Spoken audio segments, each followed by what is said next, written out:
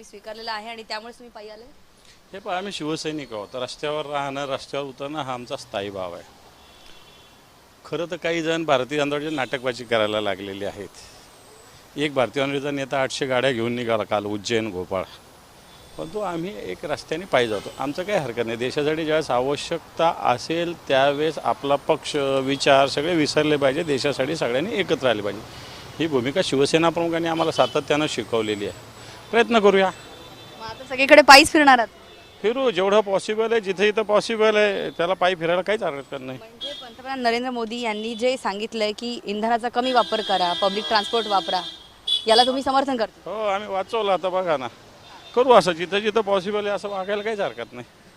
फक्त नाटकबाजी करून एवढंच मला वाटतं. पब्लिकने सर कसं ओळखायचं की कोण, कारण तुम्ही म्हणताय की पब्लिक है ते का सब जानती है, सगळे जानती है. परवा आता मोदीने आवाहन केलं, त्याच दिवशी बेंगलोर का हैदराबादला 100 गाड्यांचा ताफा काढला. लोकांना कळतं ना या गोष्टी, कळतात या गोष्टी. सर इथून पुढे म्हणजे आता आपण बघतोय की आणखीन त्यांनी हे पण आवाहन केलं की सोन्याची खरेदी जी आहे ती वर्षभर टाळा असं सुद्धा म्हणतात. वाटतं तो ग्राहकांचा मुद्दा आहे. सोनं आम्हाला घ्यायचंच नाही आहे, त्याच्यामुळं त्याच्यात मी जाणार नाही. परंतु मला असं वाटतं लोकांना घाबरवून सोडलेलं आहे या सगळ्या विषयामुळं.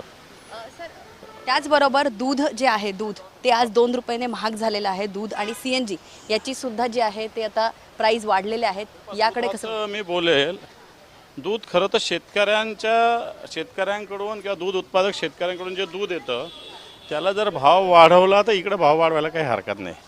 पण तिकडे शेतकऱ्यांना कमी भाव द्यायचा आणि इकडून ग्राहकाकडून जास्त भाव घ्यायचा, हे चुकीचं आहे.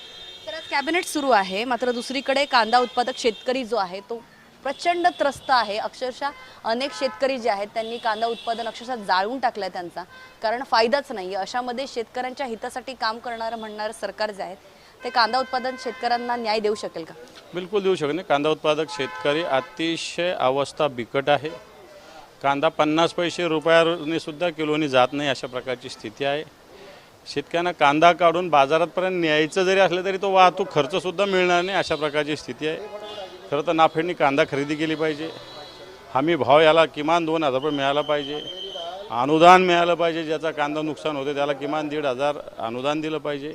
मग हे सगळे पावलं आणि निर्यात बंदी जी आहे ती हटवली पाहिजे. निर्यातीचं धोरण सरकारने जे आहे कांदा उत्पादक शेतकऱ्यांना त्याच्यात मदत केली पाहिजे. सरकार या कोणत्याच गोष्टी करत नाही. त्यामुळे कांदा उत्पादक शेतकरी मला असं वाटतं निश्चित पेटून उठेल आणि ते काम आम्ही करू. शेवटचा प्रश्न, आता तुम्ही विधान परिषदेची शपथ घेतलेली आहे. एक सामान्य शिवसैनिक म्हणूनच तुम्ही नेहमी, कार्यकर्ता म्हणूनच तुम्ही नेहमी काम केलेलं आहे. अशामध्ये आज तुमच्या शपथविधीनंतर पुढची धोरणं, पुढची कामं काय असतील? बिलकुल. आता जसं कांदा उत्पादक शेतकऱ्यांचा प्रश्न आहे ना, आता आम्ही आंदोलन करतो त्या विषयावर. येणाऱ्या काळात आम्ही पूर्णपणे आंदोलन पेटवणार आहे आणि कांदा उत्पादक शेतकऱ्यांना न्याय मिळवून देण्यासाठी प्रयत्न करू. होते अंबादास दानवे, ज्यांनी आज विधान परिषदेसाठी ठाकरे शिवसेनेकडनं आणि एकूणच महाविकास आघाडीकडनं जी आहे ती शपथ घेतलेली आहे. मात्र पंतप्रधान नरेंद्र मोदी यांनी इंधन वाचवा अशा प्रकारचं जे आवाहन केलेलं आहे त्याला स्वतः ठाकरे सेनेचे अंबादास दानवे यांनी सुद्धा समर्थन करत ते स्वतः त्यांच्या कार्यकर्त्यांसोबत पायी त्यांच्या कार्यालयामध्ये पोहोचलेले आहेत. आणि आता विधान परिषदेची शपथ घेतल्यानंतर सर्वात पहिल्यांदा कांदा उत्पादक शेतकऱ्यांचा प्रश्न हाती घेणार अशा प्रकारचं एक वक्तव्य, अशा प्रकारचं एक धोरण जे आहे ते अंबादास दानवे यांनी जय महाराष्ट्राशी बोलताना सांगितलेलं आहे. व्हिडिओ जर्नलिस्ट राजेशसह ज्योत्स्ना गंगणे, जय महाराष्ट्र, मुंबई.